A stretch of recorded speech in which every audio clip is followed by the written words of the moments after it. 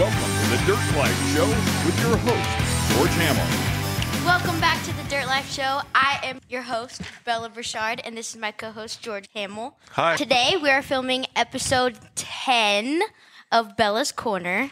I can't believe we're already at 10, double digits. That's crazy. Are you pretty hyped on the number 10? I'm pretty hyped, especially hyped for this one because we got a really special guest today, but Ethan is a super cool dude. no, I'm really so excited. I know you're going to do a proper intro and stuff, but Yes. a lot of people have probably already seen Ethan around the races, at some of the desert races, some of the short course races. He's just a solid kid, right? And you know more than anybody else how wild it can get when you're in your teens. Yes, for sure. Especially in an industry like this where you're constantly saying hi and meeting new people and stuff. So props to him. I'm super excited to learn more about him. So let's get all of the show stuff out of the way. Yeah. Tell everybody how to join us, how to listen to the show, and thank some of our sponsors. So we are live from SoCal West Coast Electric. Share the show through Instagram, through Spotify, iTunes, YouTube. You can watch it through all that. Tell your friends and family and everyone that we're talking to cool people. Yeah, like Andy Frisella says, pay the tax. You don't have to charge. We don't charge for the show, nothing like that. So please share the show as much as you possibly can, because that's the growth for Bella and that's the growth for the Dirt Life. So, UTV Night, what's up, dude? Hi. If you like it, tell your friends, tell your family. Should we start thanking some sponsors? Yeah, for sure. Okay. So we're going to skip the first one, go over to Max's Tires. Thank you very much for all the stuff that Chris and Brad and everybody does over there. Max's has been really, really supporting a lot of racing. I think we talked about it last time a little bit about how much they supported Crandon. Yes. And all of the stuff there. And we also share a mutual sponsor with Ethan. Maxis is part of the Honda Off-Road Racing Program. Yes. So that's super cool. That's super cool. Thanks to the guys over at Shock Therapy. Really appreciate all of their hard work. The guys over at JL Audio, Vision Canopy, then Evolution Power Sports, Coach. What? Oh, they have a code shooter app that you can program.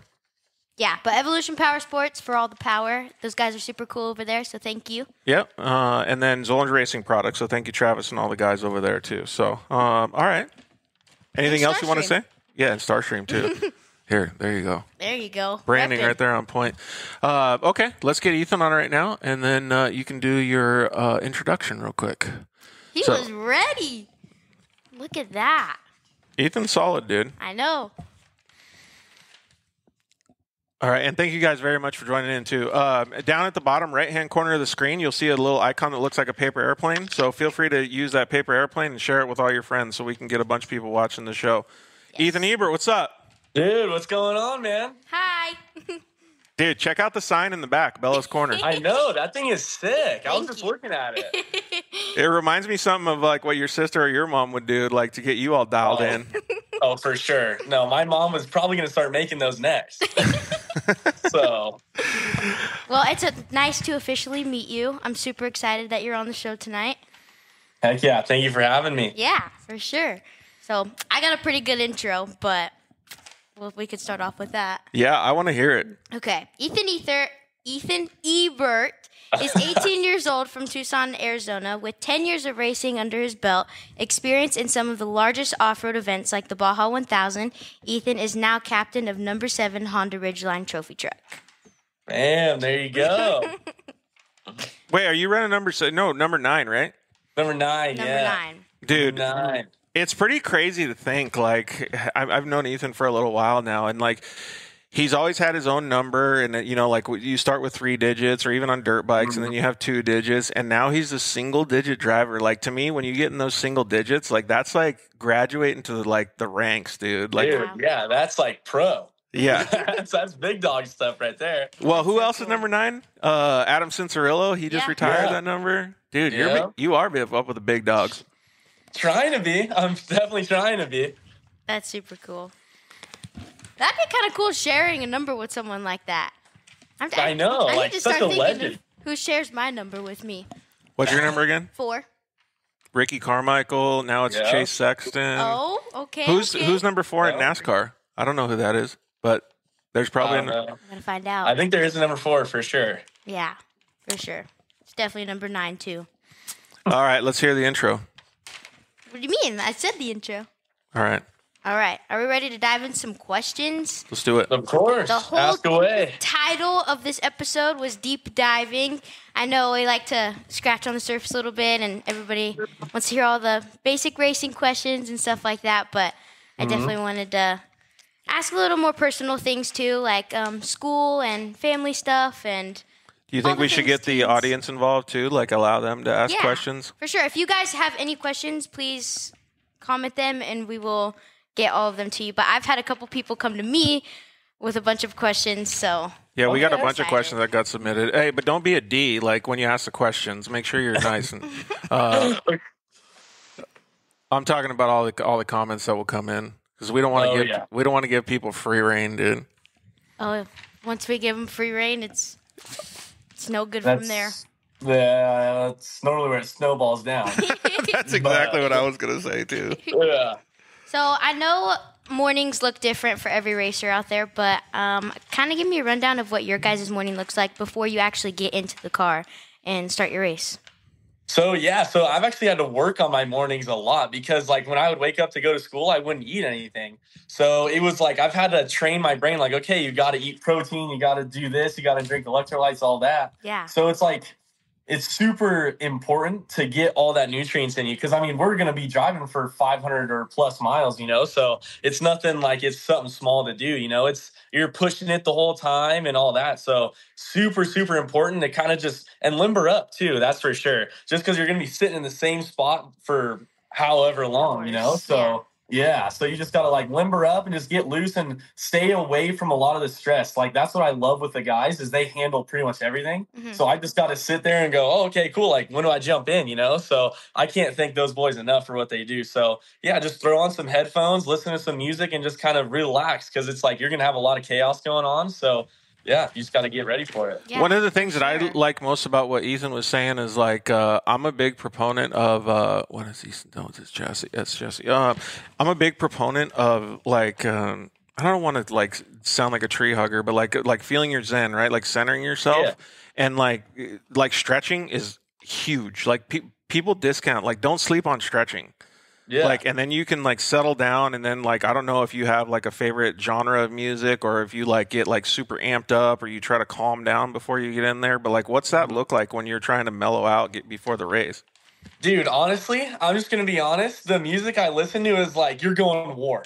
You know what I mean? Like back in the day, like the boys are in the Black Hawk helicopter, you're flying into Vietnam, Like that's the stuff that you put on. And it's like, man, like Fortunate Son, dude, like run through the bushes or whatever. I forget what that song is. But dude, you just got to lock in because you're going to war. Absolutely you got all these hardcore. other dudes just sitting out there with millions of dollars in trucks and they don't want to hurt them, but then they also don't care because they can pay for it all. So it's like, dude, CPD said, I can just hear him like, welcome to the jungle. Yeah, like, dude, just like hell getting yeah. nasty.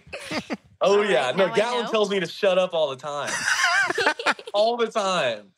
People have always told me to calm down before races, but now I think I got to try that tactic. I Okay. will So send you the playlist. Okay. let's do it. Let's do two questions. What would be your go-to like song if you're going to be getting ready for the race, Bell? And then we'll have Ethan pick just one.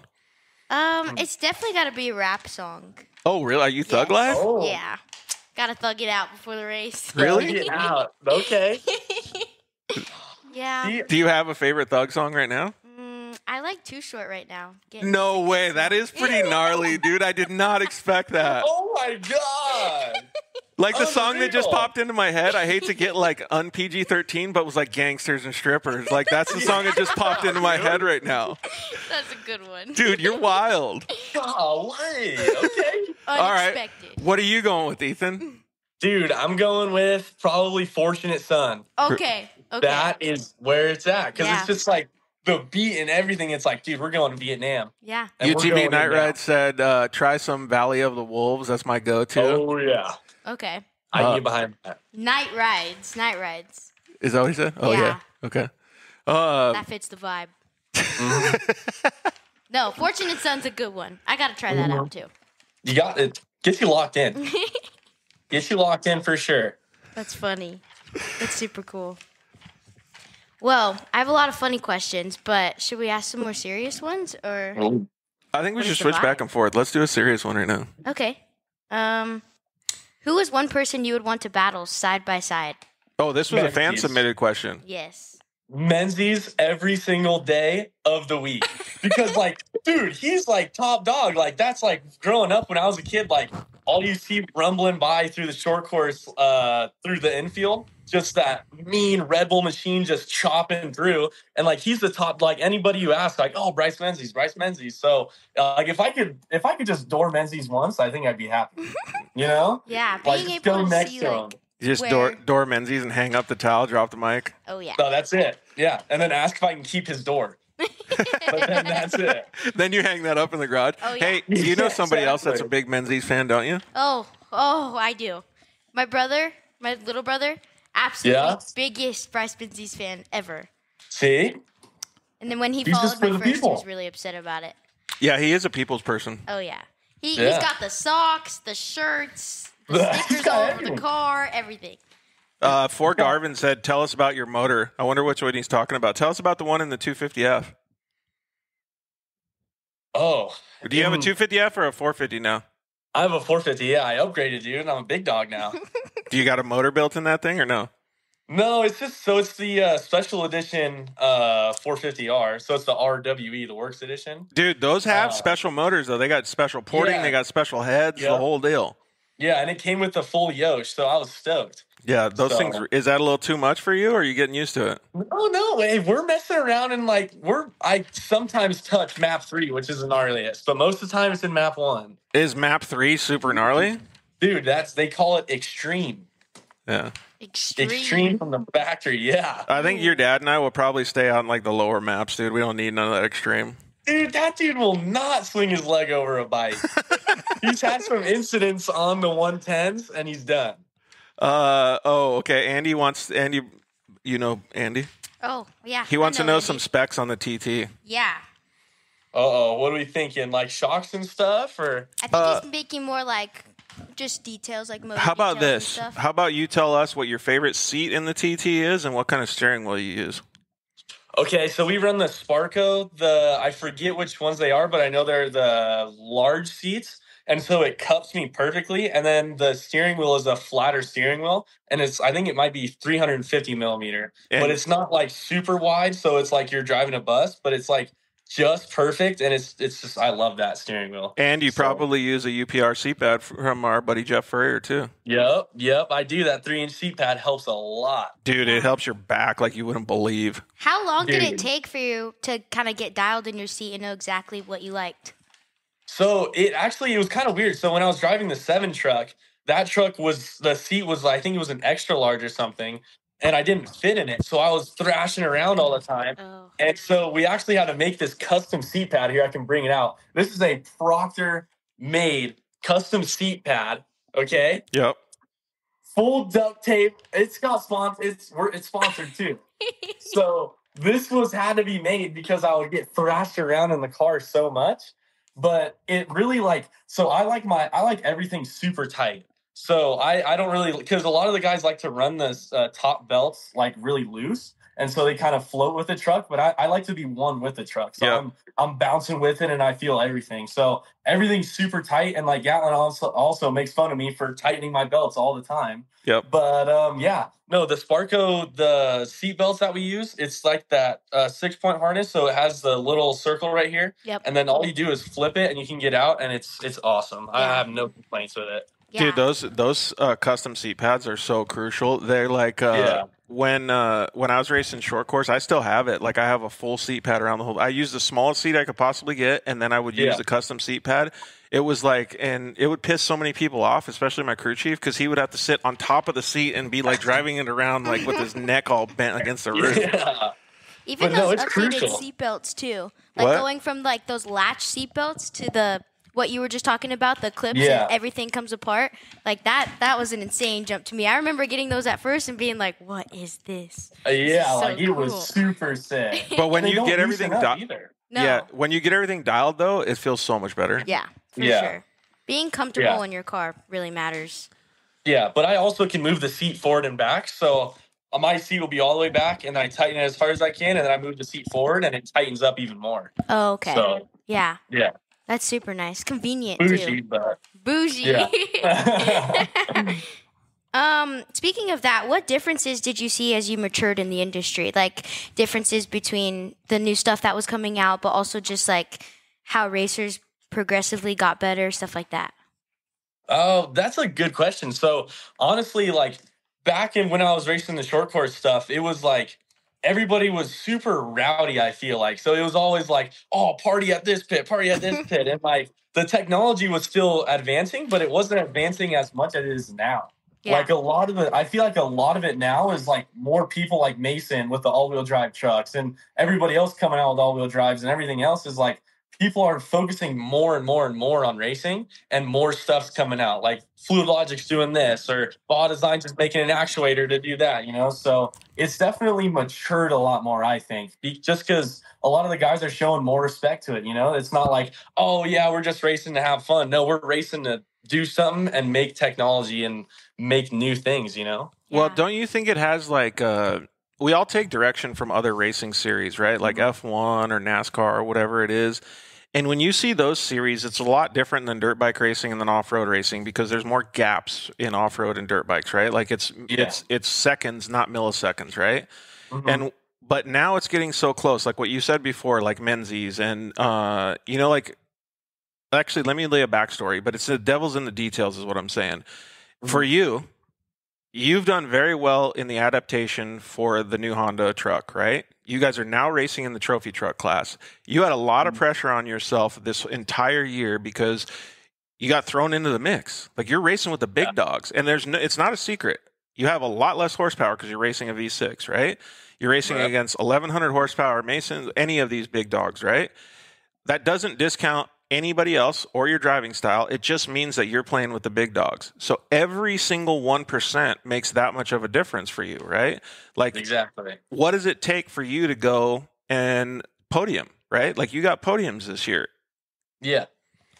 Yeah. So it like you said, I mean, it comes down to the milliseconds. Like it's just super. So what I found in this truck is like, sure, we don't have all that bottom end torque, but we have the top end. So it's the truck is there, you know? I mean, we have some good top speed. And as long as you're pretty much in the RPM, the truck loves it. I mean, it's you can relate it to a Civic in all reality. Like when VTEC hits, you're on it. So, but instead, VTEC is on all the time. So this truck is just lit up all the time. But I found out that a lot of the guys like to push it at the very, very start for some reason, just because they're so hyped up, like ready to go, let's go racing. And then they wad the truck or something breaks, they lose the drive shaft, and then they're out 15, 20 minutes. Like, that's how we got a podium, is just people falling out. Like, that's how we got third at the Mint, is just people falling out, dropping out. And, like, the attrition rate is super crucial. And with Evan Weller prepping that truck and how reliable the Honda is, I mean, we just pick trucks off left and right, just pick off the injured trucks, you know? Yeah. Hey, sure. so we know a little bit of a story about Evan Weller. You want to... Uh-oh. I heard that no. he may or may not have been working on the driveline, and you tried to make sure there was no dust around him. Vegas to Reno, the first race in the truck. Okay. I didn't know we were going here, but I guess we're here now. So basically, Evan Weller and I are very close, okay? So super close. And Evan's a solid dude, by the way. Dude, he's so badass. I love him. But yeah, so we come in. This is a brand new truck off the line from Tisco. And so we're like, okay, there's going to be issues because it's a brand new truck and that's UR is going to fight gremlins. So we were going through, we were just dancing through Vegas to Reno, doing pretty good. And then we had some brake issues. And I was like, okay, this kind of sucks. You know, you can't slow down a 6,000 pound truck. It's a little sketchy. We'll figure this out. And I pull into the pits and I have a 64-ounce bottle from Fluid Logic that I drink all the time. So let's keep that in mind. So 64 ounce, a lot of liquid. Yeah. A lot of liquid, a lot. And so I'm just sipping on this, dude. And then we pull into the pit and I'm like, okay, like we're doing good. Like we're maybe like, I think top 10 or top 5 even. I'm like, oh, we're doing pretty good. And so I'm just lax. I'm zen. And 2 + 2 = 4. And I just let loose, and I was like, man, like I gotta go to the bathroom right now. Good thing we have this technology that I can go. But Evan Weller was fixing the brake line that was underneath my seat. Oh. So bad, dude. And so I just let it rip. I was like, because I zoned everything out. And Evan was like, this is the funniest part. Evan was like, oh, it doesn't taste like brake fluid. I don't know what it is. And I was like, but I was in too deep. So I was like, don't say nothing. Just let it go. What's going on? Was he pretty mad at you after?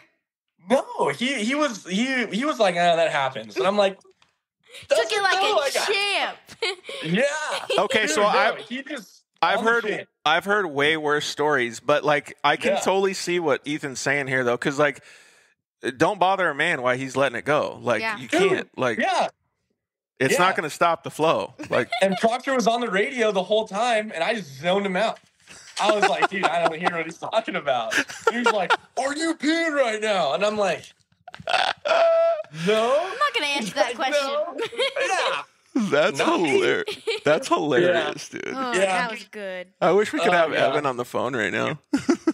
Dude, he'd probably rip me a new one. That's so funny. Oh my god. Yeah, that was Vegas to Reno. That's like I think that's one of my first times meeting Evan too. Really? Hey, Vegas to Reno's a hot one. You must have been cooling him down. Yeah, exactly. Hey, it's Vegas. It was hot. And yes, you're so right. Yes. I'll do it my favor. Oh, yeah. How many times have you raced Vegas to Reno?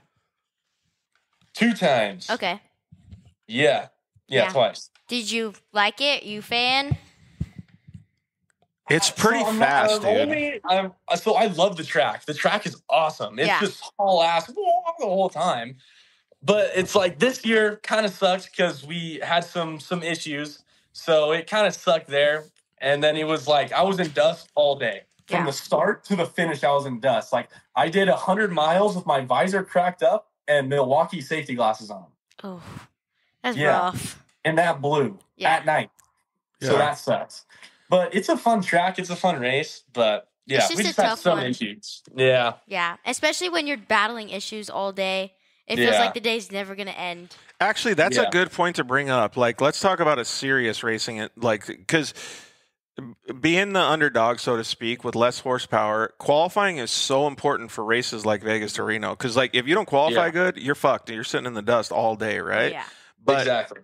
How do you manage something like that? Because like, all right, these all-wheel drive Masons or whatever it is are going to go, or like Arciero, he's just going to give it the beans the entire qualifying run. So, like, how do you go up against something like that? Because, well, first of all, Arciero's got a lot of experience on you. He's got a lot of horsepower on you. He's got, I mean, the experience itself is enough right there. Like, how do you sit at the starting line and go, all right, fuck, what am I going to do to qualify as good as possible? So basically, I'm just nervous the whole time. And then Gatlin's in my ear like, dude, we're just not going to lift.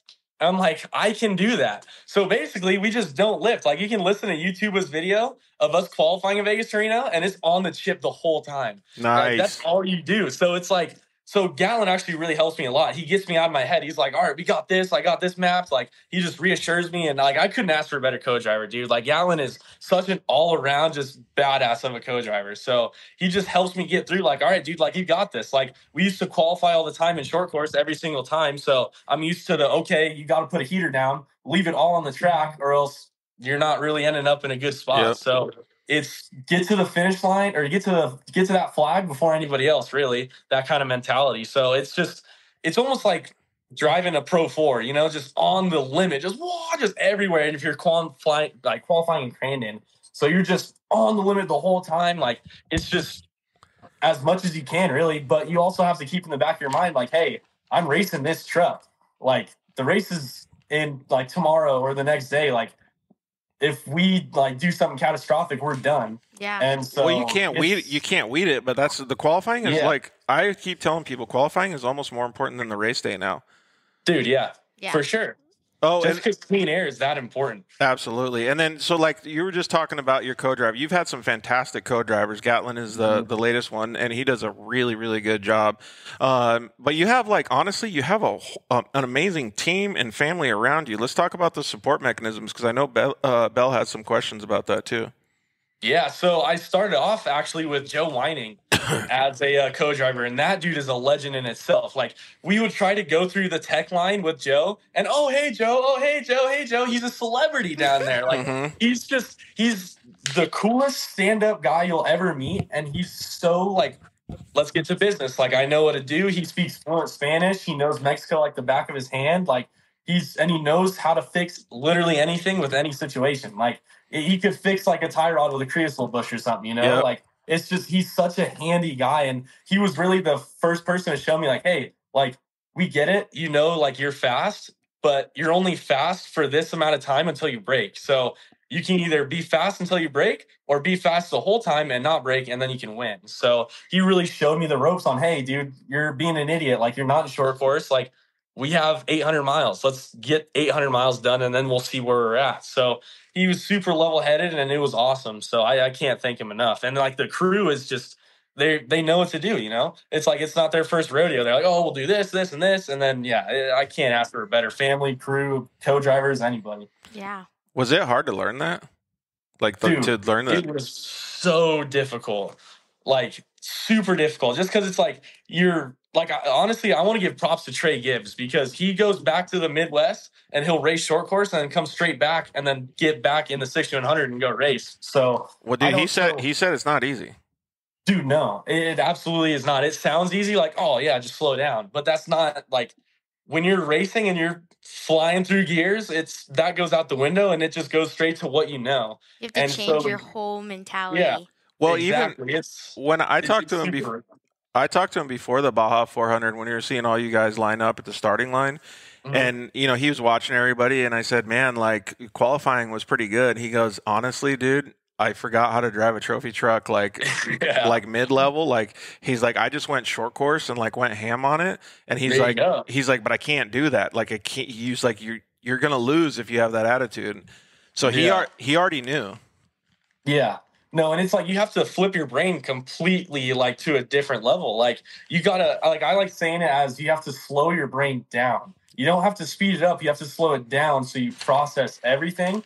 But you have to process it at 100 miles an hour, whipping through creosote bushes and fans on the side and whoops. So it's like, to a point, you slow down, but then to another, it's like, you got to. So it's a weird deal. It's a weird deal, and it's just feel, you know, all feel. Is that hard to? Oh, sorry. Go ahead. Go ahead. Is that hard to do though? Like, with your, because you're a hyper dude, right? Like, you got a lot of energy. Is it hard for you to slow your brain down? Because for me, it's super hard.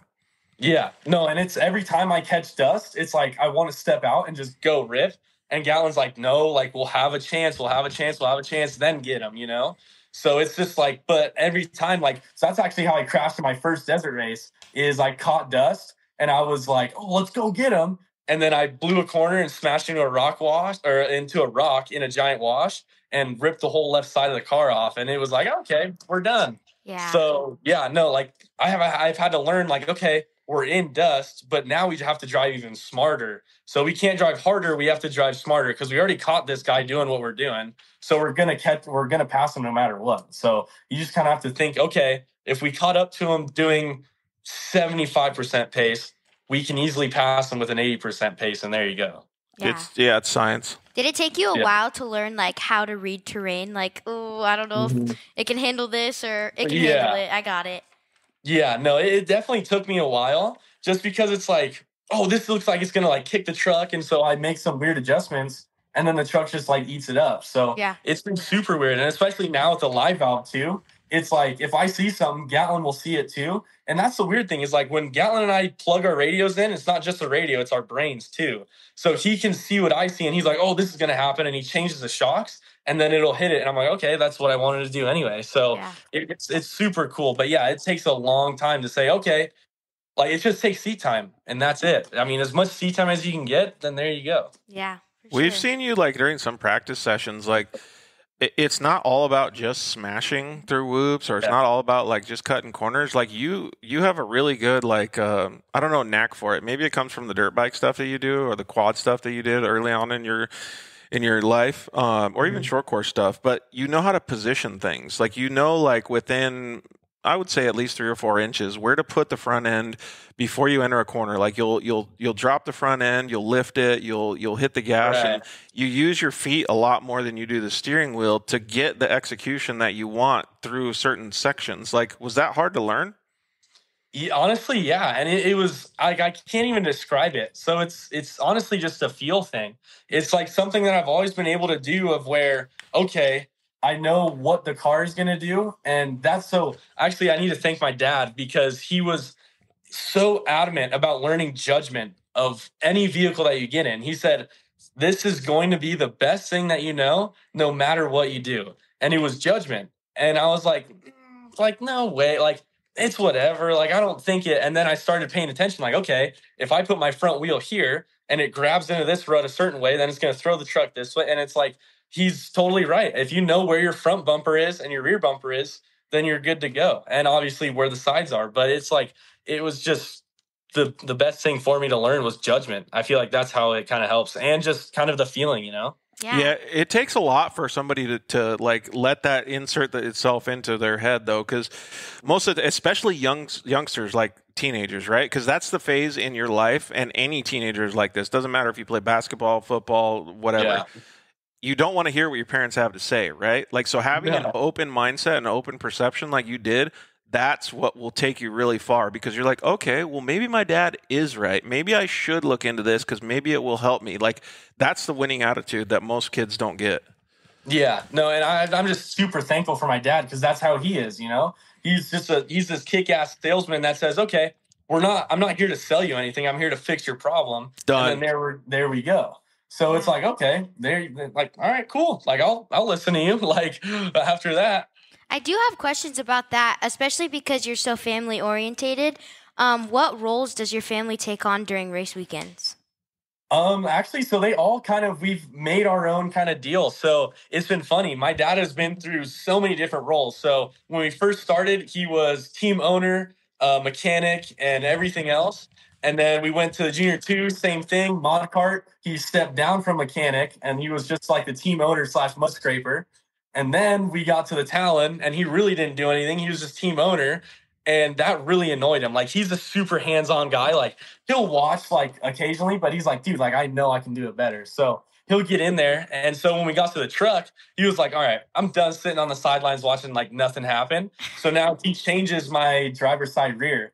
So he's out there in the field with the impact, boom, boom, boom, boom, boom, boom, boom, gets it done. And it's super cool to see, just because he's been doing such different things. I don't know, dude. That's a risky move, putting dad in that position. I know. If I pissed him off, because now I work for him too. So if I pissed him off at work, he's like, "Oh, I don't know what happened." Oh, I wasn't saying it about that. Like, you'll know what I'm talking about. Like, he crashes a lot. Like, he broke his arm. Like, he'd be falling down all over the place, dude. I don't know. He just gets it done. Someone needs to wrap him in bubble wrap. I know, but yeah. So my dad does that now. So he changes the tires. My mom is like the snack girl. So if you have a snack or anything, boom, Kelly's on. Kelly is on. You'd get along with her real good, Bill. Oh, I would. I'll eat the snacks. Yeah. There you go. And then my sister does like. She's leaning more now towards photography stuff. I'm not gonna lie. Okay. She'll bring this disposable camera, bam. But she's also in the beverage department too. Yeah. That's so content. Sick. And then she also will do like split times too. Okay. Yeah. And she's also in the beverage department. Oh yeah, yes, she does. She hands out free Red Bull, so she works for him. All right, locked in. Oh, sugar free too. Everybody's got. She's super awesome. That's so cool. She can get her hands on sugar free if you need some of those. I will. For sure. She can get anything. That's really, really cool. Ethan, if you were sponsored by, obviously you are. Speaking of Honda, because I just saw them join. Hi, guys. Being sponsored by a big brand company like Honda, do you have any other obligations, like besides racing? So like signings and photo shoots, stuff like that. Yeah, so it's actually really cool. So I've been invited to the Off-Road Expo and the Sand Expo, or the Sand Show. and just stuff like that. And I mean, just like this past week, I was actually out in Texas and I was filming with Yuki Tsunoda, the Formula One driver. Okay. And we did like this big whole like cross brand deal, like where Yuki drove the truck and I kind of taught him, and then I drove the truck and like made him woohoo and all that stuff. So it was super rad. But yeah, no, there's lots of stuff that go behind it, which I think is awesome. You know, like where you're a privateer team, you really wouldn't have that. But yeah, no. So we do a lot of stuff like that, and I think it's super cool. Well, Yeah, one thing that a lot of kids might not understand, right, is that there's a lot of obligations when you drive, especially for a factory team, right? Like, you can get called to events on a moment's notice, right? Like, your schedule has to be, I don't want to say flexible, but you have to be very, very adamant about the decisions that you make, right? Because it's not just going to these cool events. It's like, oh shit, like if I have a regular job, I got to take off the regular job. I got to schedule it in. I got to like know that I'm going to be gone for this amount of time. I know that I need to make sure, like, you got to get your life together. You got to get a haircut. You got to be on point. You got to, like, all of these little things, dude. It's probably pretty difficult to manage, especially when you have such a busy life. Yeah, no, that's for sure. So, but what's also nice is that my parents aren't on me about all of it. So it all gets like keeped up. Like, oh, if I need a haircut for this, or if I need to like stay clean. Like, I'll admit this. I've never shaved my face a day in my life. And it's been 18 years. That's nice, though. So I actually really appreciate it, because then I don't have to do as much work. Yeah. But yeah, no, it's just staying, and then also the way you present yourself at the events. It's like you can't go goof off with your buddies. Like, you got to be like, oh, like suit and tie kind of deal, you know? Yeah. You can't really, like, you can be yourself, but you can't be a degenerate idiot, you know? Yeah. So and I honestly kind of like it better that way, because it just shows like, okay, like because potential sponsors are walking around everywhere. Like, you don't know who owns Red Bull or who owns this or who owns that. Like, and you can shake their hand and get to know them really good. And, oh, hey, by the way, I own this company. Like, we'd like to sponsor you. Like, it's just super cool. So it's getting those opportunities just from, oh, yeah, go sign at the Maxxis booth with the truck there. Yeah. Does it make you want to, like, do anything? Do you miss, like, being a kid? Do you miss out on that or no? Well, like, yes and no. Like, so with short course stuff, I've grown up a little faster than, like, I'd say a normal teenager, you can put it like that. But then it's this weird deal where it's like, I'll look at what other kids are doing and I'm like, those guys are idiots, dude. Like, what are they doing? Yeah. But, and then it's like, I'll look at other things like, okay, it looks kind of fun. And like, I want to do that. But I've never been the party guy. Like, when we go out to Glamis, I'm in bed at like 8:30. Yeah. Like, just hyped to get up and go rip. Yeah, exactly. Yeah. From the moment the sun is up and I can see that bike's on and I'm running away.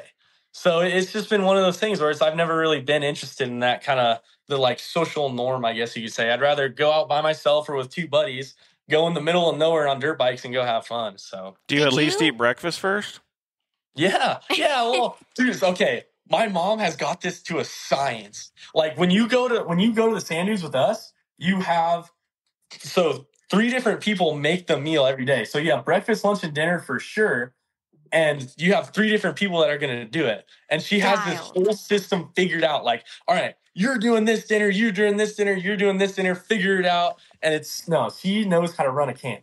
Okay, I gotta go Glamis with you guys. I'd be eating good. Dude. There is food everywhere. It's the best. It's the best. What are you trying to make when your mom makes you make a meal? Like, what are you cooking? Glizzies? Dude, I can take them down. Yeah. I will. Just because it's fast, easy, bam, back on the bike. Hey, not going to lie, my Instagram has been hitting with glizzies. I think it's been listening to me talk and chomp on these things. Because, dude, I had a full New Era hat with embroidered glizzy on it pop up. Unreal. Did you add to cart? Yes. Yeah, see? Exactly. No hesitation, yes. No hesitation. It was $35 too. It's funny. Dang. Hey, I splurge.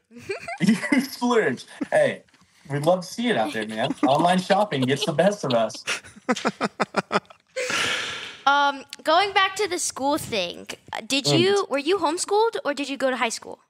No, so I went to public school my whole life. Oh, dang. So, okay. Yeah. No, I honestly love it, because it's like the things you see at public school really teaches you a lot about how the world is going to be. You know, it's like this kid dresses like this or this kid does this. And it's like, oh, he's like, I don't know. It's just teaches you a lot instead of being so sheltered. And then it taught me, like, I'm really appreciative to my parents for making me go, because it taught me, like, okay, talk to this random person and then find out who they are, and like learn how to hold a conversation with someone you don't even know. And it's just, it helps you a lot. That's for sure. Did it suck? Yeah. I don't like school. I'm not a fan, but yeah, no, it's just, it taught me a lot. That's for sure. And you recently graduated high school, right? Like last year? Yeah. Okay. Yeah. So yeah. And then now I'm in college. So sick. That's super cool. Yeah. It's just, I don't know why. It's to me, it's like especially now. So I'm gonna go on a rant about this. So this teacher I have, we have to do these written assignments, and I don't. So it's in APA format, and I don't even know what APA format is. I do. Yeah, what is it? It's so you have to have a whole title page. Okay, the one page is just 4 words basically, or whatever it is, and then you go down, and it has to be double spaced, Times New Roman font, and size 12 font. And then you have to have a page of references, too, that helps you write the paper. It's a lot of work. Yeah, I'm not trying to For no reason. For no reason at all. And listen, I didn't put the title page or the references, but I had all the other stuff in the actual paragraph. He knocked me off 20%. Yeah. 20%. And I'm like, dude, that's why I don't like it. Because it's like, why are you nipping me in the ass? Public school is rough. People do not give enough credit to some of the kids that actually graduate. Yeah, and I'm in community college. Yeah. And they're doing it there. And I'm like, dude, chill out. Oh, yeah. It's crazy. I'm not trying to do that. Even nowadays, I'll be like, I'll just search on Google, like, give me this template, and I'm going to copy that shit. Yeah. Exactly. Chat GPT, I can thank you. Yeah. Control V is like your best friend. Dude, it has been my friend for years. Yeah. Hey, were you always pretty outgoing, or were you kind of sheltered or like shy when you first I don't know, got into the second half of your off-road career? You know, because you started as a kid and then you like matured into what you are now. But I remember some days when it was like, I don't know, you were a little scared of talking to the camera kind of thing.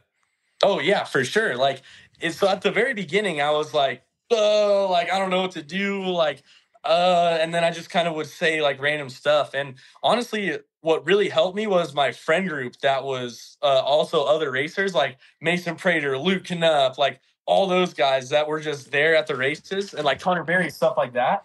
And it's like those people helped me get out of being so like afraid of where I was at, because it's like so much was going on and I wasn't used to it. And I was like, well, like, but then all these other kids were, and then they brought me into their friend group, and then we just ran off from there. So I was super appreciative of those guys, because I mean they helped me a lot, that's for sure, socially. I heard that he's got a special chat group. What's the name? Yeah. I can't say it. I told you. But it was not. I did not make it. But you're in it. Yeah, of course I'm in it, but I didn't make it. Guilty by association, dude. No. Titus Sherlock says you can't say the name. Oh, is it like Titus gets it? The first rule about Fight Club is you can't talk about Fight Club? Exactly. And I have no idea what recollection or group chat you're talking about. Yeah, so we won't ask. We'll forget. That was a question. All right, now he's going to get, every single person's going to ask him at the next race. Speaking of you kind of progressing in like the social aspect of racing, you said in an interview a while back with George that you always have to prepare for the worst and prepare for the best. So for the viewers who aren't experienced in racing these like super long, tiring races, what does that kind of mean to you? So honestly, preparing for the worst is like, okay, we have this track, we have it all memorized and all this. We pre-ran our section and did that. But that pre-run is going to change. So that track is going to be from A to B. It's going to be different because you got guys in luxury pre-runners or in their race trucks that are running through the track, so they're tearing it up even more. So a rock that was on the outside could have fallen into the rut on the inside, and you don't know until you get up to that point and have, let's say, half a second to react and say, oh, like, where am I going to put the truck now? So you have that aspect of it. And then preparing for the best is like, you have no flat tires, nothing wrong with the engine. Everybody gets out of your way when you hit the Stella, or if they just know, or you can pass them. and it's like just a beautiful day, like no dust, there's wind blowing the dust somewhere. So you got to prepare for both sides of the story. Most of the time it's going to land further closer to the worst section, but sometimes it could be up in the middle where it's half and half. You have a good day and then you have some straggling of a bad day. So it's just, you gotta, like, it's a desert. Yeah. No one's prepping that track. Like, it's just, you go out there and just have fun. So it's one of those things where it's like, okay, I could see the gnarliest thing I've ever seen in my life, or it's just what I'm used to and just hit the same, just hit your marks. Yeah. So Bella, we've talked about this before, like kind of in a different context, but about expectations, right? Like, you don't want to have the very high level of expectations for other people, right? You want to give them the opportunity to showcase themselves and to do it their way, right? But you have very high expectations for yourself, right? Because you can change all of the stuff that happens on your path to make it so that you're a winner at the end of the day, right? Whether you just crossed the finish line and you had a horrible day, or you crossed the finish line and you smoked everybody. Like, whatever it is, those expectations that you have is what he's talking about gauging. And all of the stuff is basically the way that he sorts it out in his head. And everybody has a different way of doing it. You do, right? Like, when you go out to a race, you do something very similar, right? You say, okay, this is my game plan. This is what we're going to do today. And we're going to hope for the best as well. Yeah, for sure. I think definitely expecting from both sides is a good thing. Just to mentally prepare yourself for, like, okay, this could possibly happen, but I'm going to be ready for it. And when it happens, I'm going to know exactly what to do. Do you guys... Do you guys do that on a normal daily basis? Like, does racing teach you how to act like that on a daily basis, like whether it's at work or school? Yeah, no, absolutely. Like, what racing has taught me is, like, there's cameras everywhere. So there's eyes on you at all times, no matter where you are, staging, tech, there's cameras on you. So when you make a decision, somebody's going to catch it on camera. So think of that as, like, to the work. Like, okay, like, the shop's a little messy. If I leave it here, the camera's going to catch me leaving the dirt here or whatever it is. And so now they're going to say, oh, why didn't you clean that up? And it's a lot of forward thinking, I feel like. So what I've been taught is, like, think ahead. Like, if you're going to place a pallet right here, think about what's behind it and in that area. Like, okay, is this part going to need to get moved? Then I'm going to have to move this, waste the time, waste the propane on the forklift, waste the everything, you know what I mean? So it's just do it right the first time. Exactly. A lot of forward thinking and not just, oh, put it right there and let's go. Like, you're not in a rush all the time. Like, you may be late for something, but you can still stay calm, keep a level head and say, okay, I need to take this, I need this, and I need this. We can go. We're going to be late, but forward the person that you're meeting, like, hey, I'm going to be a little late, this and this and this. So just a lot of, like, think ahead, that's for sure. That's what I've taken away. Yeah, that's just good work ethic, too. Like, you're going to go on the rest of your life and maybe potentially get other jobs, and people be like, dang, like, he doesn't half-ass a job. Like, he does the full thing, and he does it right. Well, and that means respect from that, for sure. That means that also he's, like, since he's already thinking ahead, that means that everything that comes out of his mouth is going to be a truer statement too. Yeah. Because he's not going to be, like, half-assing something or telling somebody that something's going to happen and it doesn't happen. He just knows that it's going to happen and he's going to follow through with it. Those are really good qualities that go both ways, though, dude. Like, they go really well in life because it means that you're, even if you see somebody else that's struggling, you're going to help them because you might see the path before they do. But then adversely, it's going to come right back to you because you're going to use that in every single aspect of when you're holding onto the steering wheel, going through, like, let's just say Baja 1000, which is coming up. Yeah. Yeah, no, exactly. Like, it can hurt you too. Like, if you're thinking ahead, but then you think wrong, then it's like, oh, I just missed out on this opportunity to pass, or I missed out on this. So it's a lot of, like, you just got to think, like, you just got to be on your toes the whole time. Like, there's no chill in off-road racing, especially behind the wheel of a Chevy truck. It's like, you have to be on the wheel the whole time. You can't sit back, settle down. It's like, you got to know because things are coming up at 100 miles an hour. And that's like, I got a co-driver with a family at home. So I can make a mistake that is super vile and something could happen. So God forbid that ever happens. But yeah, no, it's just a lot of, like, okay, there's the action and there's always going to be a reaction no matter what. So what's going to happen? You either gauge it right, you gauge it wrong, and you mess up. So Yeah, but you're accountable for those actions. One of the things that I was going to ask, though, too, Bella, is so you guys have both been in the UTV class, right? Like Ethan used to race the pro stock class for Honda, and you obviously race a UTV too, Bella. What is the fastest speeds that you guys ever hit in a UTV? You go first, Belle. Yeah. Do you remember, like, on a straightaway? King of Hammers Lake Bed? Yeah. Probably somewhere around 106. Oh, so you've gotten over the 3D. Yes. Okay, cool. That's really fast. And how about you, Ethan? Yeah, that's not me. I didn't do that in UTV. I think they govern the talons at 85.5 miles an hour. And I was at 97, right? Like, and that's the fastest I've ever. But that was on a short course in Reno. I never got to do it in the desert. But the question that I was going to ask was, comparatively speaking, because I know Bella's going to want to know this answer. How much different is it going, let's just say 140 in the trophy truck with 6,000 pounds behind you than it was going close to 90 in a side-by-side? Because most people that are going to watch or listen to this will never understand how much different it feels with just that little increment of speed, because it's so much more weight, it's so much more power, it's so much more velocity, like all of it changes. Yeah, there's so many just different, it's a science, we're not just out there doing random stuff. It's a science and there's stuff happening. So the main difference to me is the seating position in a UTV to a truck, because the UTV, you're like pretty much as far up almost as you can go, where the CG is still kind of in balance. In the truck, you're like smack center. So you have this super big hood, and just you feel how long you are compared to a UTV, 4-seater UTV, or even a 2-seater. And it's just, you feel like, so when we would float in the 7 truck, we did 140, and that truck would start to float at 130.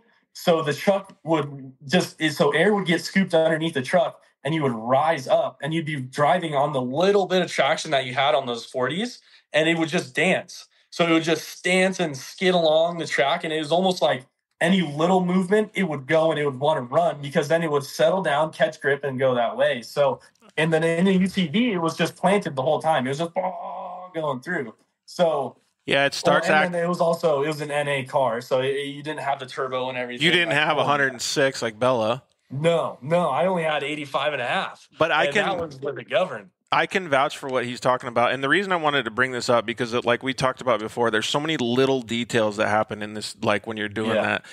I've been in the 7 truck doing that with Jeff Proctor when he was going. I think we only went maybe 127, 130 or something. Okay. But anyways, it's very similar to what Ethan's talking about. And when you get to the point where it's dancing like that, there is really little control that you have. And most of it is not with the steering wheel. It's with the way that you're putting the back tires on the ground, because you're timing it. It's like it is like dancing, right? Like it's almost like tap dancing, where you're really lightly touching on things. So you're using your throttle as it's loose traction, but it's the only traction you have. So you have to make sure that it drives you forward, and you got to be really careful with the steering wheel so it doesn't pitch sideways, because when it pitches sideways, you can't get it back. Yeah. And then that's when the truck settles again, because your shocks are all there. They don't know what's happening, because it's just so like the wind is taking you.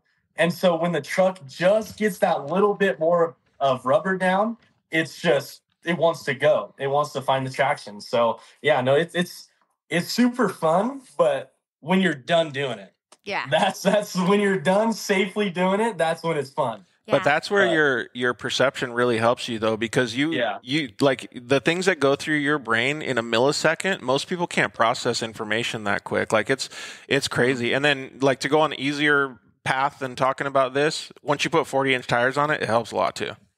Oh yeah, for sure. I think being just a little bit uncomfortable while you're racing at such high speeds is a good thing. I mean, you don't want to be like super, super uncomfortable, like physically. I just mean like just a little bit like, is this safe? Is what I'm doing okay? Absolutely. Yeah, you have to have that little bit in the back of your mind, because you're doing speeds that you should not be doing. No. You should not be in the desert going over whoops that are taller than some people at 100 miles an hour. Like, Absolutely it's like that should not happen. It physically shouldn't happen, but we're doing it. So like you're taking a huge risk with 6,000 pounds. Like, you're not light and No. you're not short or you're not small. So it's like, it's just one of those things, but we take the risk and we have fun. Yeah. It's kind of crazy to even talk about right now because, like, 5 years ago, you wouldn't have been talking about 140. No. You'd have been talking about, like, 110, 120. Yeah. Like, And that was a lot. yeah. Like, so, like, all the technology and stuff that you were talking about earlier, like, it really has drastically improved. And I don't know how to say, like, maybe it's what you guys are saying right now, too, about, like, being on the edge a little bit or, like, past your comfort zone. Like, maybe that's what's progressed it past the 120 mark to the 140 mark, right? Yeah. Just people wanting to always get better, stronger, Yeah. faster. Yeah. It's scary, but at the same time, it's like, what else are we capable of? What is the racing industry going to look like in 10 years from now? Well, it's pretty clear if you Exactly. get a faster motor, you're going to go like 130 in a UTV, dude. Smoking all of us. Unreal. I know. It was just that lake bed. There was nothing there. That's why. How did it feel for you going that fast? Scary. Very scary. Because it gets twitchy. Yeah. Yeah. It's I mean, I loved my Pro XP. It had a really good foundation, but at speeds like that, it was... We should ask some of the people that are online listening to the show right now, and then if you guys do want to comment in like later too, tell us what the fastest speed that you've been in your off-road vehicle, whether it's any a vehicle. side-by-side. Yeah. Well, I don't want to know about street stuff because that's illegal. Yeah. Speed limit only around here. Yeah. I am curious about a bike, though. I dirt don't bike? really know much about bikes, but... About dirt but, bikes? like, yeah. You just interviewed Johnny Campbell, bro. You're the Bible on dirt bikes now. Yeah. Well, 126, dude. Your dad be flying. Andy Burchard's got it down. So speaking of bikes, dude, we got to get you down to that Rip to Cabo. It was insane. Dude, I need to go. I'm going to text Cameron Steele right now. Yeah, and you say, really. hey, look, like, you and I, and Bella, you got to come too. We'll Okay. teach you how to ride a dirt bike. I'm down. And let's go. Are you gonna take the 110 all the way to Cabo? Oh, yeah, I'm going to fix that thing up. I got it. It has a Chubby Rocket exhaust. I don't know. I don't know what that is, but it sounds like it rips. It's a carbon fiber little exhaust that's like yay big. Oh, it's a stub It's one. just the loudest you can get. Especially if you Wow. take the baffle out. It's just. You're that girl. Oh, yeah. Did The you take louder the the baffle better. out? I did. Watch out, Bella's coming.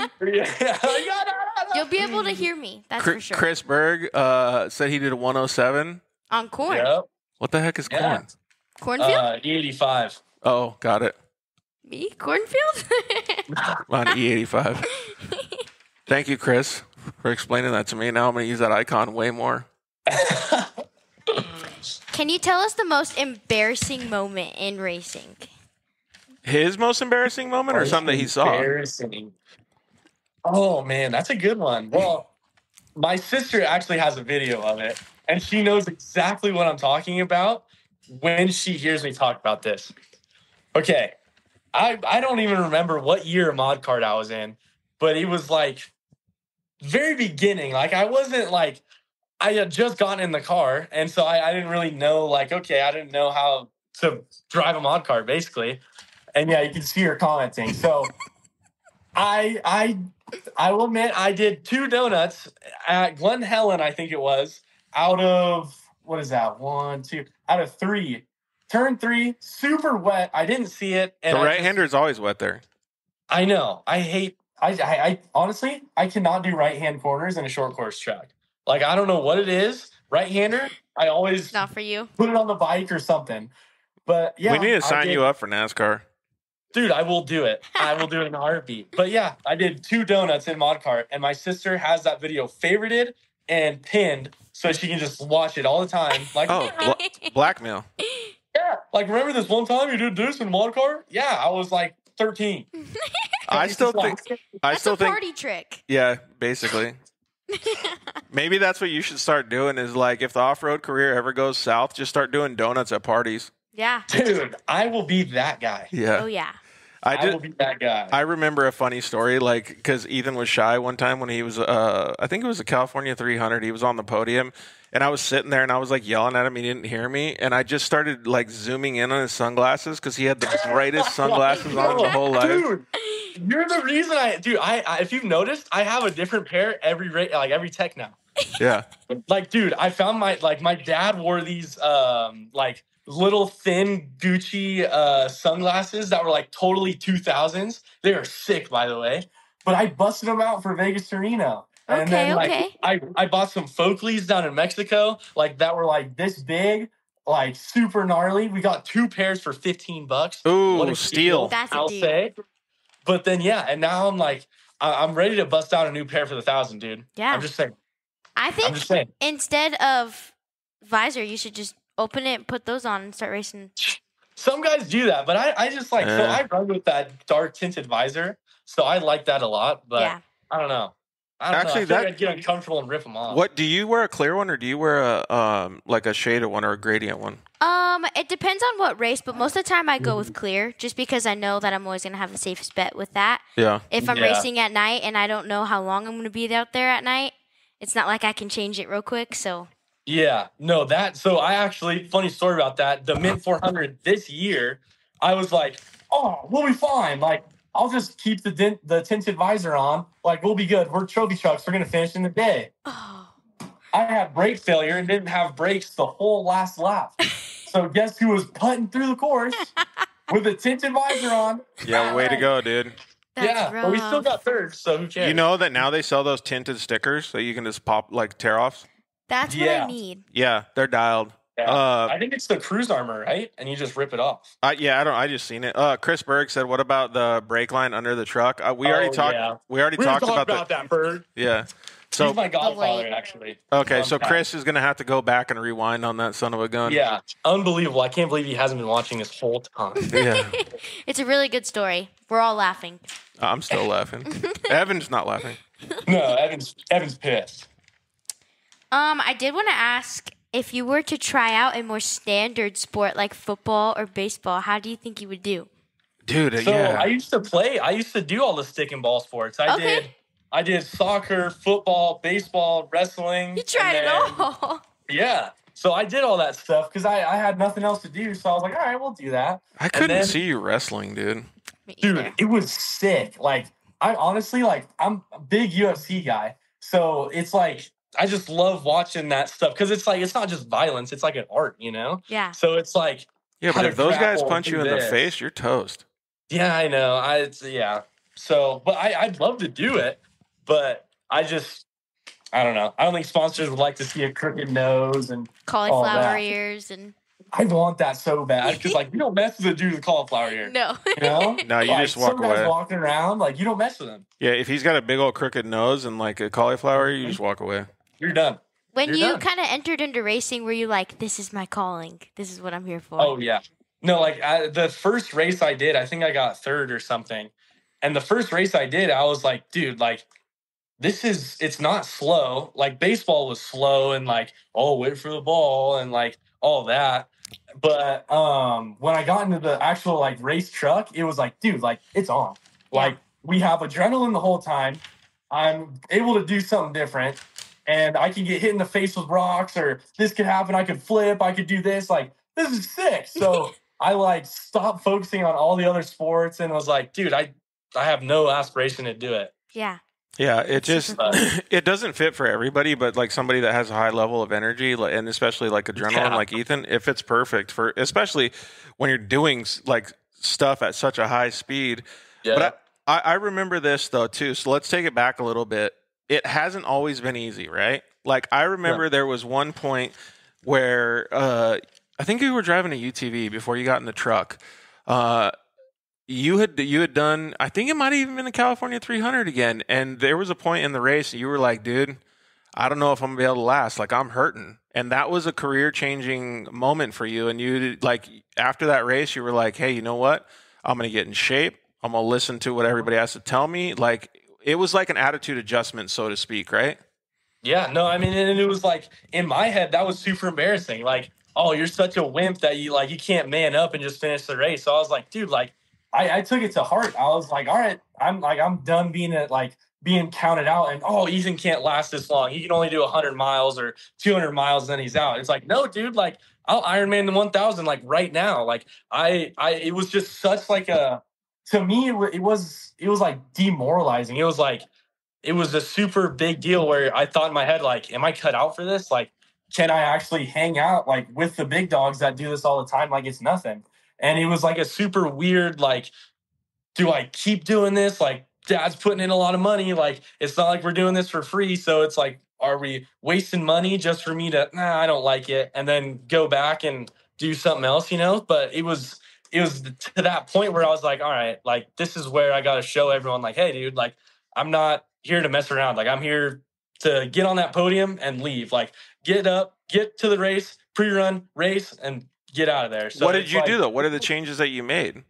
A lot of dietary stuff. So a lot of that, and then lifting a bunch of weights. And like, I've just recently started running about 2 miles as many times as I can. So just super like endurance level kind of training, like training if you're going to race the Le Mans, or training like if you're going to race the Formula One car, like a lot of neck stuff too. Like I've done a lot of neck exercises where because we're pulling G's all the time in the truck without even noticing. And your neck is like, my neck gets roached after the race, but it's like I had my neck the whole time for the race. I wasn't kind of dipping down and like losing all crazy. So definitely a lot of dietary stuff and a lot of just lifting more weights. Yeah. Do you do hand-eye coordination stuff? Like a little. So we have the little light things that the Formula One guys have. Yep. And you can just, but yeah. So they call it the twitch reflex. Like the quicker you can do stuff, and the quicker your hand-eye coordination becomes, the easier it becomes to. It's like what Ethan said at the beginning, when it slows down for you. Mm-hmm. Like I'll explain it a little bit too in a very modest way. Is when I came from dirt bike racing and I first raced the side by side. Everything was so much faster in dirt bike racing that when I got into the side by side, we were doing 85 or so miles an hour at Firebird at Wild Horse Pass. And I felt like I could eat a sandwich going down the straightaway into a corner because everything was so slow in my head. That's crazy. But but what he's talking about is exactly what he didn't know before. Is all of a sudden he's making all these little changes. Now he feels like he can Ironman a 1000. Yeah. Now he has confidence to be able to make sure that he's making the right decisions. He's accountable for those decisions. He listens to people. He did all that stuff in a very short span of time. Like that, to me, is a good path for kids to understand, or even adults to understand, to success. For sure, because there's a lot of kids out there that don't treat their bodies very well and stuff, and then later down the road, when they're 30 or 40 years old, they're really paying for it. Yeah, for sure. So it's good that you're tackling it now. Yeah, absolutely. And then like in my head, so my dad used to be a bodybuilder when he was kind of growing up. And so, yeah, exactly. In my head, it's like, dude, like to see the physical like feat of what the human body can do is crazy. Yeah. It's like we're all superheroes. You just got to unlock that skill set that you have and then get fit. And then there you go. It's like it's super cool because it's like you'll go from benching like maybe 135 pounds. Now you're up to 225. Like you can push 225 pounds of weight off you just like that. Like I feel like that's awesome. It is. It's just the motivation, getting people to go past like the mind barriers that they have. Exactly. What are some mind barriers that you had? It was a lot of, am I like, how should I say that? It was a lot of, am I capable to do it? Or am I the right person to do it? You know, the belief in yourself.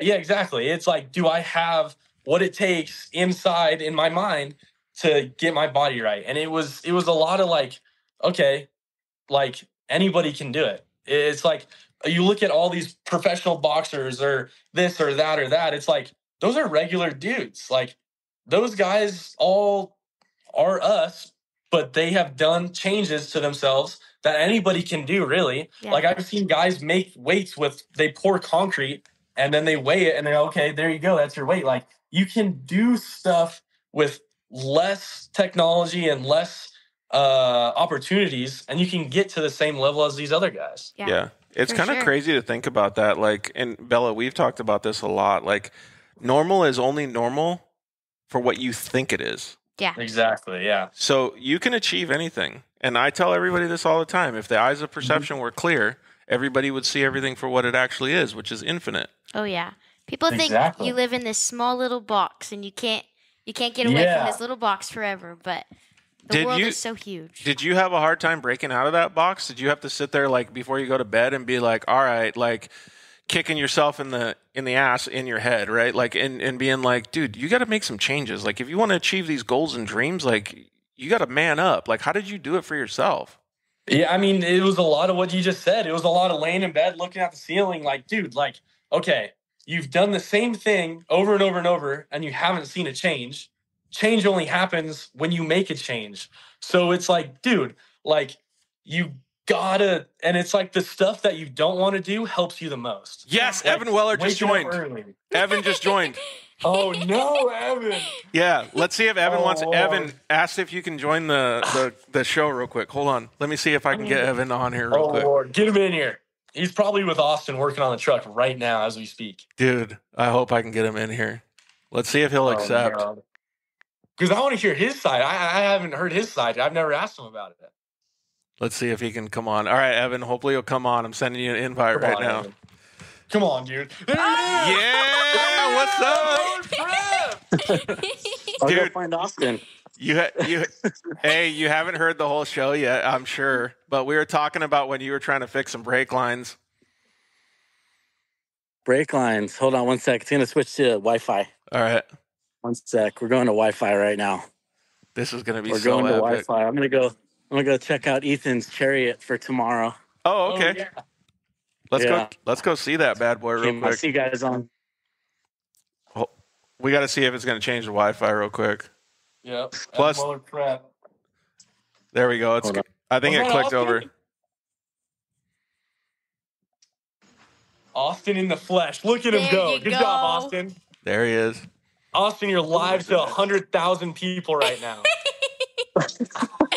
Look at that. It went from 17 viewers to 38 in like 2 seconds. Look at that. I'm telling you, Evan Weller That's Prep amazing. brings it in. Yeah. Yeah. Was it Austin or Evan, you think? It was definitely Austin. My guy. Hey, My guy. give us a tour of the Ridgeline real quick so we can see the inside where Ethan's office is. Yeah. All right. Here she is. Give us a little bit of a breakdown or a little commentating here real quick when we see this, Ethan. Okay. So you're stepping in the office right there. That's the most comfortable steering wheel I think you could ever get just because it's the perfect size. And you got that beautiful Motec dash sitting there screaming at you the whole time. And you have all the compression, rebound, neutral button that you never hit because you don't need it. And then you have the siren on the left and then radio on the right. And then I never really look at the GPS, to be honest, but it's there. So it's nice to have. But yeah, and then the only thing I have on the switch that's like important on that panel is the Parker pumper. That's my only job. That's the it? Parker pumper. That's it. Look at that. And then to move my seat forward and back, and that's all I can do. Yeah. And then Gatlin has That's to all do you everything need. else. Yeah. All right, so That's it. Evan, Love The Office. we had a discussion earlier about when you guys were in the 7 truck and you had to repair some brake lines, and Ethan had just drank, I think, 64 ounces of his Fluid Logic. Yeah, I think it's happened a few times. It happened to me once with Proctor's program with who was driving? It was John. Oh, it was Jamie Campbell was in the truck and he peed on me. Dude, Jamie Campbell peed on me once, and Ethan Ebert peed on me. Jesus, dude. These guys. Real. Yeah, it's happened a few times now. And then I don't remember which race was that again. Vegas to Reno in the new truck. Yeah, it wasn't a brake line. It was a drive shaft. Got it. Oh no, it was a brake line. Yeah, it was a brake Yeah. line. Yeah. It was the handbrake. We blew out the you had to handbrake. cap That was it like off. the first or second race with that truck, and the brand new Tilton master cylinder handbrake blew out. Mm-hmm. But yeah, that was interesting. It happens to the best of us. What was your initial reaction? I just embraced it, honestly. When you're down there in the middle of a race and you're trying to get something fixed, and you got 4 people standing around there staring at you, you just do what you got to do. Dude, what a champion move, dude. Solid. I told you. Glory. Evan Weller Prep gets it done. That is solid, dude. That is so solid. That is so sick. Yeah, Yeah. it happens. But Hey, so you guys are going driving tomorrow or what? Yep. yeah, 3:30 Barstow Maine is what I was told. I think So it's 4:30. 3:30 is when we're meeting you there, but 4:30 might be the test. Oh, okay. Yeah. I'll have your get truck. there. I'm actually going to drive your truck. Yeah. You're going to drive the my whole truck. time. Yeah, you're picking my truck up from Alexander Ford tomorrow in Yuma, Arizona. Shout out to Alexander Ford, the best Ford dealership this side of the Mississippi and the other side of the Mississippi. There you go. Mississippi. Oh, they well-rounded, dude. That's cool that you get to pick that bad boy up, dude. Help a brother Yeah, out. they're doing a solid for me. Eric, we were just in Texas with them, and I was kind of telling Eric my stress that I had this week coming up, and I had to drive to Yuma and pick that thing up because they're doing some service work on it. And Eric was like, "Oh, I'll just pick it up for you. We're driving out from Tucson. It's on the way." I'm like, "All right, if you don't mind, that would be amazing." Well, you realize that Ethan owes you, right? Exactly. Does he owe me? I don't think he owes me. He peed on you. Yeah. Oh, it's all right. It happens. I honestly didn't even remember about that. No way. That'd be embedded in my head. Dude, Evan is solid. See? Hey, thanks. We'll let you get back to it. Yeah. Thanks for joining us for a little while. Thank No you. worries. Yeah, we'll see you guys later. Thanks for having me. Hey, congrats Yeah. on the new truck, See you dude. tomorrow, dude. Later. Thank you. See ya. Bye. Dude, that is hilarious. I love the off-road world so much. He was Dude. so cool. That's the first time I met him. Yeah? Yeah. Yeah. He's the coolest guy ever. He's so cool. Yeah. That is so sick. That's The cool fact that you're he helping just him out, took in too. all the glory. It was like, wasn't even bad. It was just another day. That's crazy. Another day under a racetrack. I mean, when you think about it, it's better than hot oil, so, Yeah. That's true. yeah. Took it like a champ. dude, for real. Yeah. I would have strangled Ethan, but Yeah, I was waiting for a fist to come through that window net. I was like, oh, I'm screwed, dude. Like, next pit stop, I'm done. Nope. oh That's my God. funny. Well, do you got any more questions? No, I just want to talk a little bit about like the I don't know, the way that he's handled himself. Like I've said it already again, and I think this has a lot of value to especially the crowd and the fans that you have on the show. Everything that he's done is for a goal, right? Yeah. He wants to be a championship race car driver, right? Yeah. And he's positioned himself in those positions, and he's faced adversity. And those adversity pieces weren't easy for him to overcome. And the way that he looked at it was he was accountable for his own decisions. He put a lot of pressure on himself, and he figured out most of it, I would say, on his own, right? Yeah. But when he couldn't figure it out, he went to the support mechanisms that he had, whether it be his family, whether it be his team, or whoever it was, and he looked at those guys and said, you know what? I'm not too afraid to ask questions. Even if I think they're stupid, I'm going to get an answer that's going to make me better.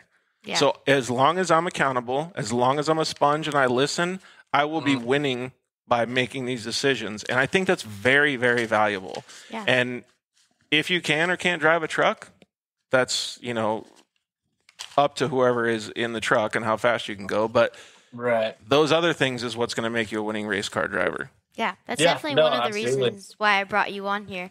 One, because I knew that you were hilarious and you'd make everybody laugh, but also There you go. because I knew how motivated you are, and especially like with something like I've never seen someone that has so much passion in the industry, being at such a young age too, like that you're going to carry that with you for the rest of your career. So props Yeah. to you for sure. Well, Thank you. speaking of that, like motivation in the career, is there expectations that you have for the short term and for the long term?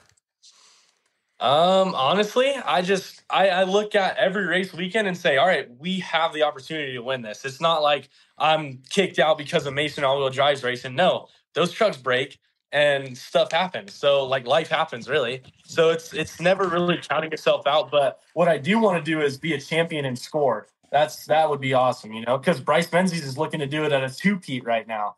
So I want to just dominate so much in every race that Score has, that I did it so much better than everybody else that I get to have that red plate. Just like if you're in Supercross or motocross, like you don't mess with a guy with a red plate. Like that's top dog. Like you don't mess with them. So that's that. I feel like I've been chasing that red plate for years now, for absolute years. And you're getting closer and closer.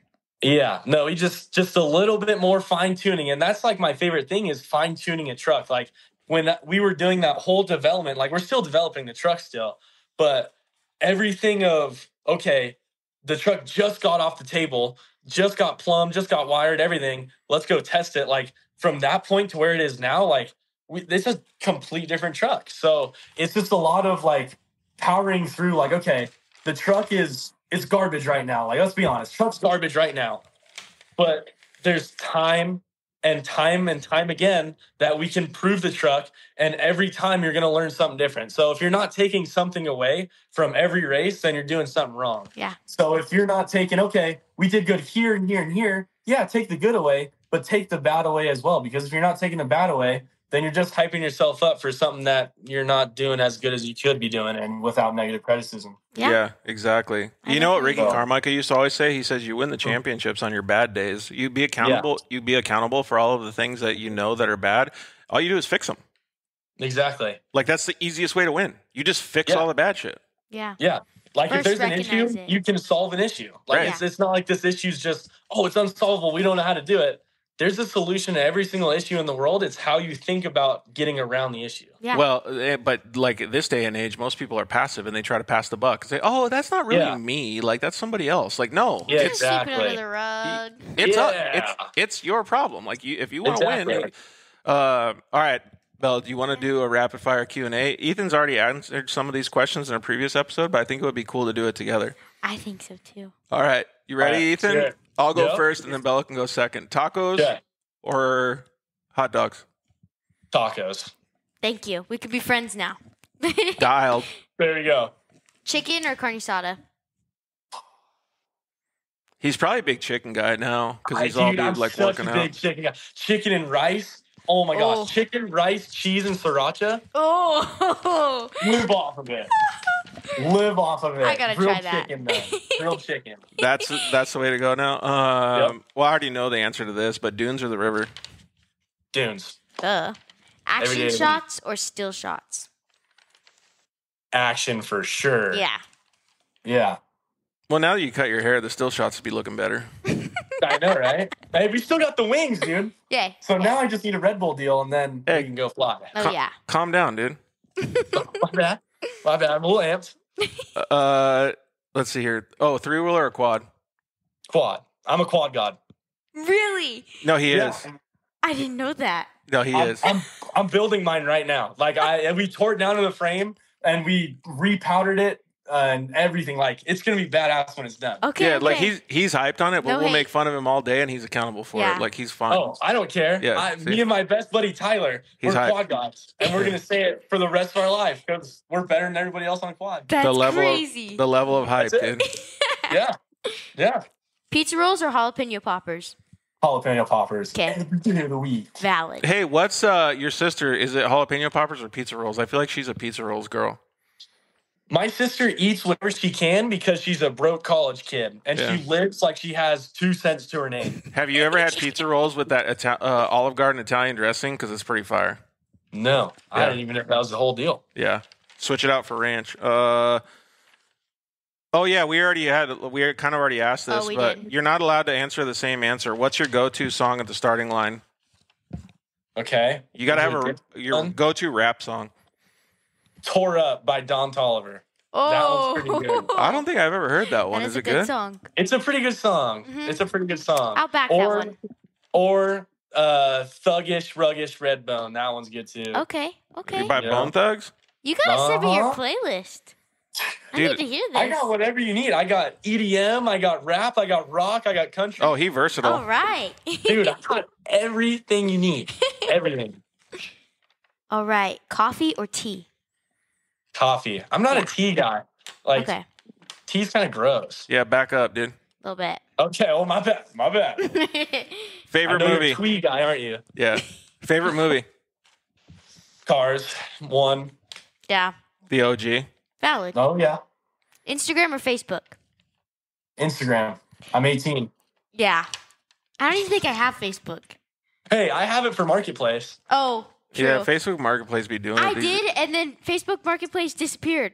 So, I don't know. know. You got banned. That's what you did. You got banned.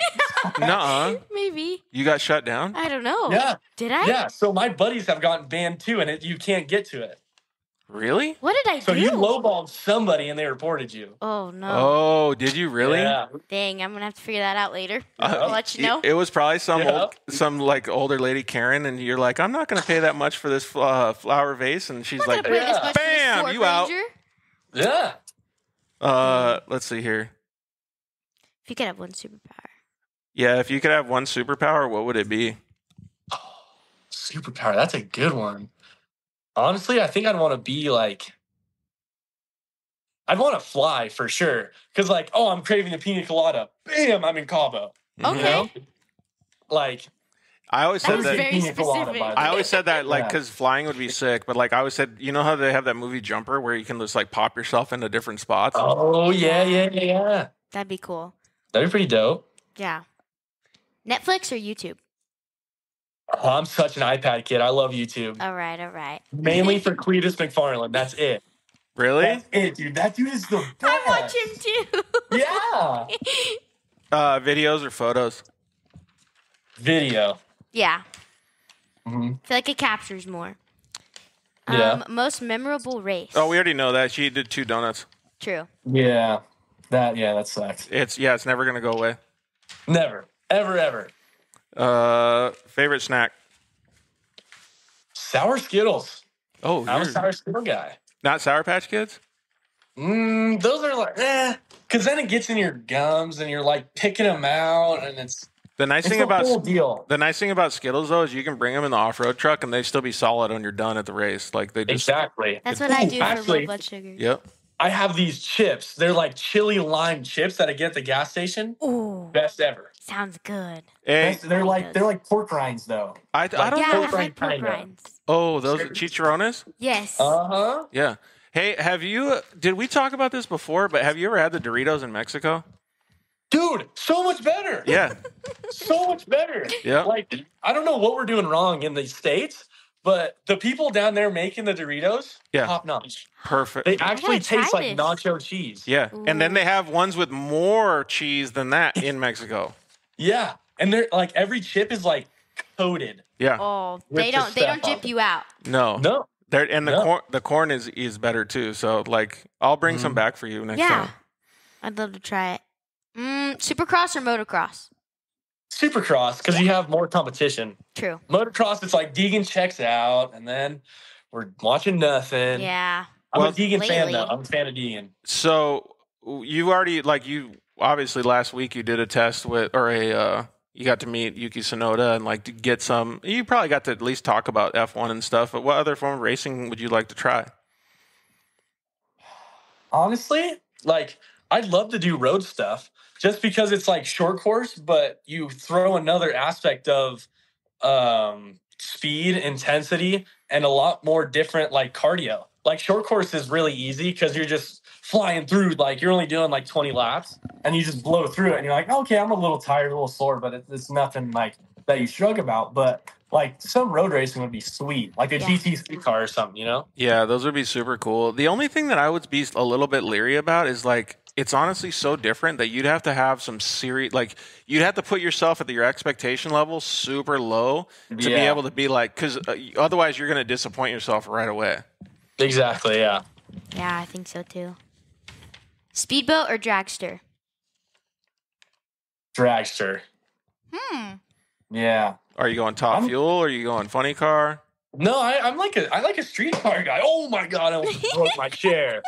Oh, golly, You got a test tomorrow. Calm down. dude, I know that's no risk, but I just had a heart attack.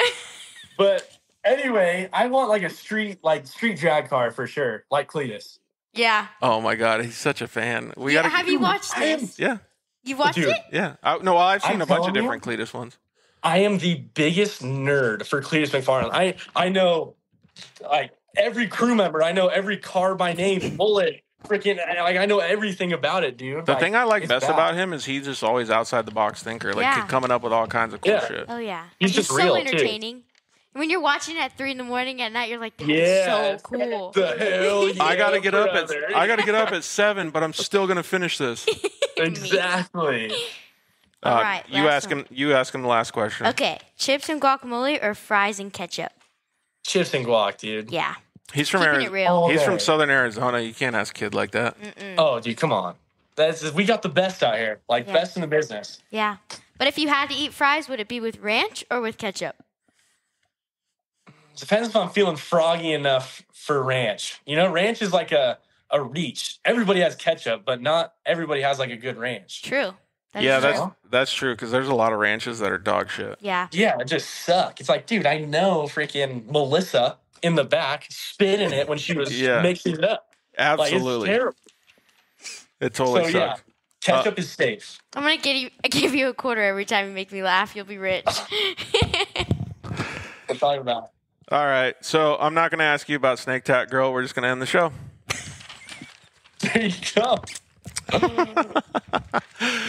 All right, dude. Hey, it was really good talking with you. Let's do a little sign-off bell, and then we'll thank our sponsors. Yeah. Hey, actually, Ethan, you thank Maxis on the way out. I can do that. Yeah. It was really good talking to you. I'm super glad that I got to have you on and ask a bunch of super cool questions. Of course. I think we definitely had a really good episode. So thank you so much for joining and, helping me out with the pictures and everything. I hope everybody enjoyed all of our questions. I think you did a really good job prepping for this one, Bella. Yeah, I had a really, really fun time. It was super cool. She did a lot of research, dude. She knows more about you than I do. Yeah, I know. She would send me notes, and I'm like, dude, like, I didn't even know that. Like, what? Like, what are you doing? But for real, thanks for spending 90 minutes with us when you have such a busy schedule. And I know you got to hit the sack, and you're going to have fun testing tomorrow, too. So where's the next race, or when's the next time people can see you in person? The Baja 1000. That's our next race, man. Whoop, whoop. So the big dog. Yeah. Big dog going up next. So. Go get her done. Oh, yeah. We're going to try. Yep, sounds good, man. And we'll see you down there. We'll have your mom doing all the snacks. Your dad's going to be changing tires. Yeah. Bella's going to be doing all the content. It's going to be sick, dude. Yep. Well, good luck to you. All right, let's thank some sponsors. Go ahead. Ethan first.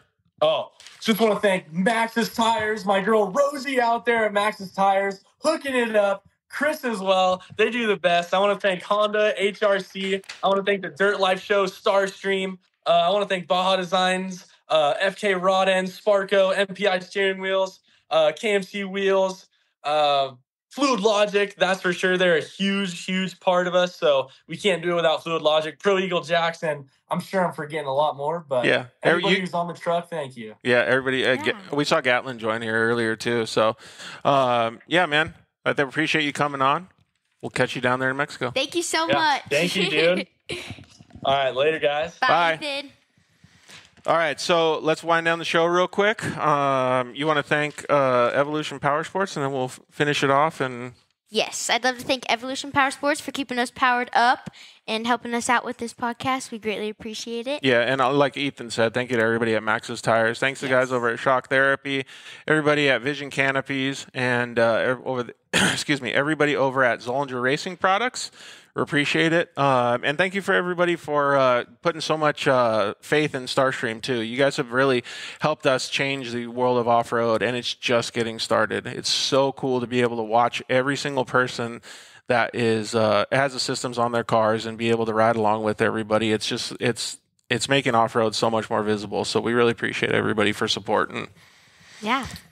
I definitely want to say thank you to you guys because we couldn't do it without you. So for all the comments and the sharing and the likes and the support, I definitely appreciate it.